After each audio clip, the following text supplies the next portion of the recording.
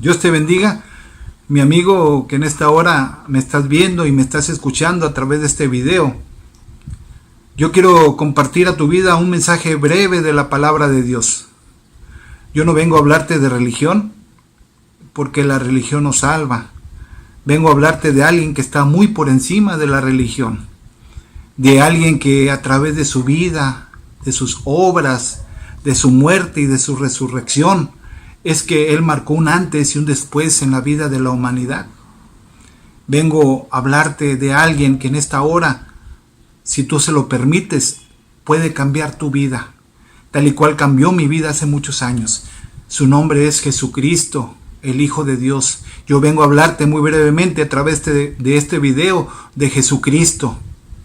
Mira, Dios Padre, en su infinita misericordia y amor, es que Él proveyó de un Salvador a la humanidad. Tú y yo tenemos un Salvador.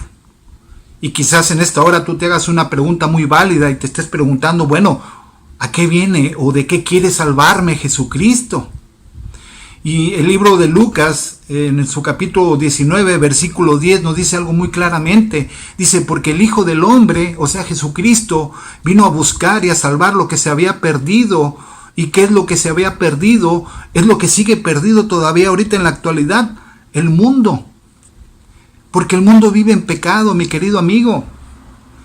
Porque da tristeza ver cómo cada día el pecado penetra más y más en la vida de la gente, cómo el pecado toma el control de la gente y los esclaviza, porque es lo que hace el pecado, esclaviza a la gente. Y yo te lo digo por una experiencia personal. Yo viví muchos años bajo la esclavitud del pecado y no me da pena decirlo, al contrario, es un testimonio, hasta que un día vino Jesucristo a mi vida y Él me libertó de esa esclavitud y ahora vivo muy feliz.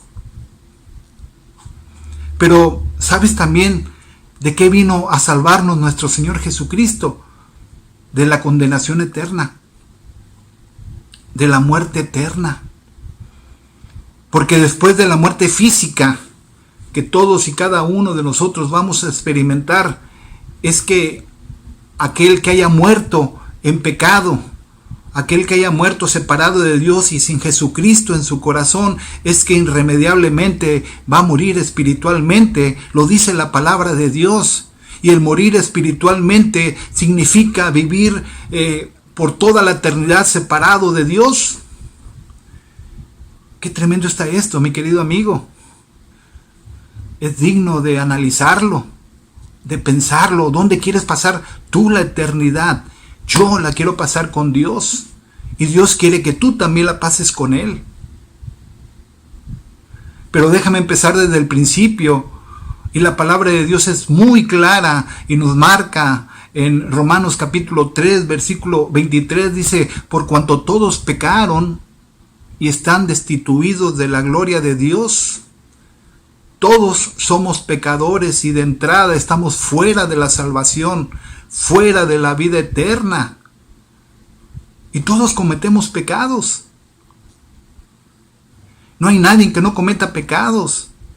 No hay uno solo en este mundo que pueda decir que no es pecador. Porque si eso dijera, dice la palabra de Dios, que hace mentirosa a Dios, porque el que dice que todos somos pecadores es Dios. Todos cometemos pecado y necesitamos de la gracia de nuestro Señor Jesucristo. ¿Y sabes cuál es la consecuencia del pecado? Lo dice muy bien en su primera parte el versículo de Romanos capítulo 6, versículo 23, cuando dice, porque la paga del pecado es muerte. Y muerte espiritual. Y te lo acabo de explicar esto algunos minutos atrás, que es la muerte espiritual. Pero la segunda parte de este versículo tan hermoso nos muestra otro panorama. Dice, mas la dádiva de Dios, mas el regalo de Dios, dice, es vida eterna en Cristo Jesús, Señor nuestro. Qué hermosa palabra es esta, mi querido amigo. Por una parte, este versículo nos habla que todos estamos condenados a muerte espiritual por medio del pecado, y la otra parte del versículo nos habla que solamente a través de Jesucristo es que nosotros podemos tener esa vida eterna. Pero es solamente a través de nuestro Señor Jesucristo, porque solamente Jesucristo hizo los méritos necesarios al morir en la cruz del Calvario, y es que por gracia es que nosotros recibimos inmerecidamente ese hermoso regalo de la salvación y de la vida eterna, siendo aún pecadores. Como dice Romanos capítulo 5, versículo 8, mas Dios muestra su amor por nosotros, que siendo aún pecadores, Cristo murió por nosotros. Mi querido amigo, no vas a encontrar otro amor tan perfecto como el amor de Dios. Dios nos ama tanto que, como dice el versículo de oro, Juan capítulo 3, versículo 16, dice, porque de tal manera amó Dios al mundo que ha dado a su Hijo unigénito, para que todo aquel que en Él cree no se pierda, mas tenga vida eterna. Dios dio a su Hijo en sacrificio para que tú y yo no nos perdiéramos, sino que accediéramos a esa promesa tan hermosa de la vida eterna. Pero déjame decirte algo muy claro en esta hora. Si tú no tienes a Jesús en tu corazón, es que no tienes salvación, no tienes vida eterna y no eres hijo de Dios. Y eso te lo voy a demostrar a través de un pasaje de la Biblia. Y contrario a lo que la mayor parte de la gente dice o piensa, de que todos somos hijos de Dios, no es así. No todos somos hijos de Dios, todos somos creación de Dios. Somos criaturas de Dios. Los que realmente somos hijos de Dios somos aquellos que hicimos una vez una decisión de aceptar a Jesús en nuestros corazones.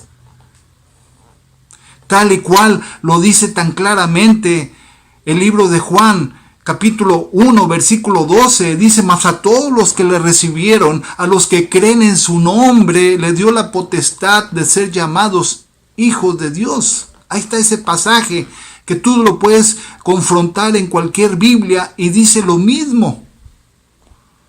Nos dio esa potestad, y potestad es igual a autoridad. Nos dio esa autoridad de ser llamados hijos de Dios. ¿A quienes? A los que lo recibimos, a los que creemos en su nombre. Y dice la palabra de Dios que antes, cuando vivíamos en el mundo y vivíamos en pecado, es que éramos hijos de Satanás. Pero ahora somos hijos de Dios. Qué gran privilegio. Qué gran cambio. Y Dios es un Dios de oportunidades. Y si tú no eres hijo de Dios, hoy tienes la oportunidad de serlo. Solamente tienes que recibir a Jesucristo en tu corazón. No hay otro camino. No hay otra manera. No hay otra forma. No es a través de tu comportamiento, de tus obras. No es a través de la religión, como te lo decía al principio de la grabación. Es a través de Jesucristo solamente. Y el mismo Jesucristo nos dice categóricamente en el libro de Juan, capítulo 14, versículo 6, dice, yo soy el camino, la verdad y la vida. Nadie viene al Padre si no es por mí. Nosotros no podemos ir a Dios más que solamente a través de nuestro Señor Jesucristo. Pero también nos dice el libro de Hechos, capítulo 4, versículo 12, dice que en ninguno otro hay salvación, porque no hay otro nombre bajo el cielo dado a los hombres en el cual podamos ser salvos. Y te tengo otro pasaje, en 2 de Timoteo, capítulo 2, versículo 5, dice, porque hay un solo Dios y un solo mediador entre Dios y los hombres, Jesucristo. Jesucristo es nuestro mediador. Y un mediador es un conciliador que concilia casi siempre entre dos partes que están en conflicto.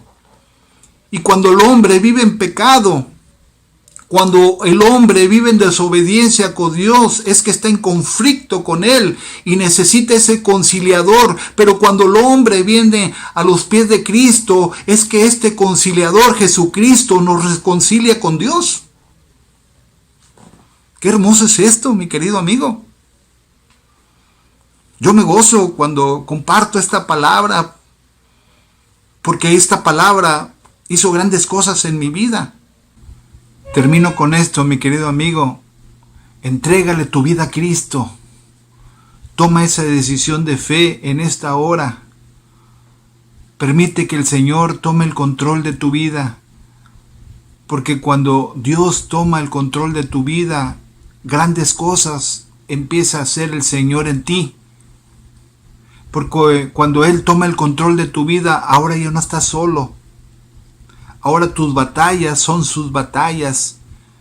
Tus problemas descansan ya en las manos del Señor. Pero para que tú aceptes a Jesús en tu corazón, tienen que ocurrir dos cosas en tu vida. En primer lugar, tienes que reconocer que eres pecador y que necesitas de la ayuda de Dios. Segundo lugar, dice su palabra que tú tienes que confesarle tus pecados al Señor. Dice que si nosotros confesamos nuestros pecados, Dios es fiel y justo para perdonar nuestros pecados y limpiarnos de toda maldad. Y termino ahora sí haciendo una oración por ti. Cierra tus ojos ahí donde estés y permíteme que yo haga una oración. Señor, te doy gracias en esta hora porque tú me permites compartir tu palabra y porque yo sé que tu palabra no ha regresado vacía a ti. Ha hecho el propósito para el cual tú la mandaste. En esta hora, Señor, pongo en tus manos a todos y a todas aquellas personas que en esta hora escucharon la reflexión de tu palabra. Y si hubiese alguno que aceptó a Jesús en su corazón, Señor, yo te pido que tú le bendigas, que tú lo ayudes, que tú le fortalezcas, que tú seas con él, Padre. Gracias, Señor, porque tú nos has dado esta oportunidad. Y gracias, Señor, porque yo sé que ellos han comprendido tu palabra, Señor, y que ellos saben que solamente tú, Padre, los puedes ayudar. En el nombre de Jesús los pongo en tus manos, Señor, y te doy gracias, Padre, porque esta palabra ha penetrado en el corazón de aquellos y aquellas que la han escuchado. En el nombre glorioso de Cristo Jesús. Amén, amén. Dios te bendiga, mi amigo, en esta hora, y yo deseo con todo mi corazón que el Señor sea el Señor de tu vida. Amén.